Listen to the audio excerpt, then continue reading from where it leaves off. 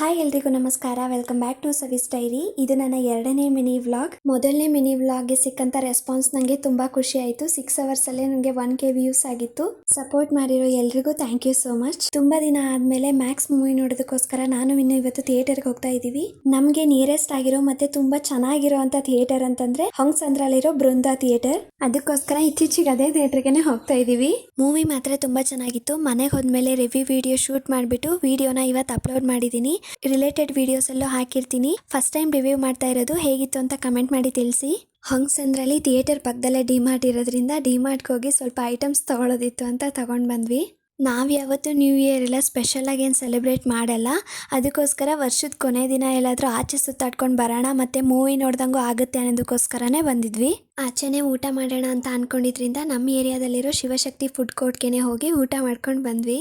Next mini ವ್ಲಾಗಲ್ಲಿ ಮತ್ತೆ ಸಿಗ್ತೀನಿ. ಅಲ್ಲಿವರೆಗೂ ಬೈ ಬೈ.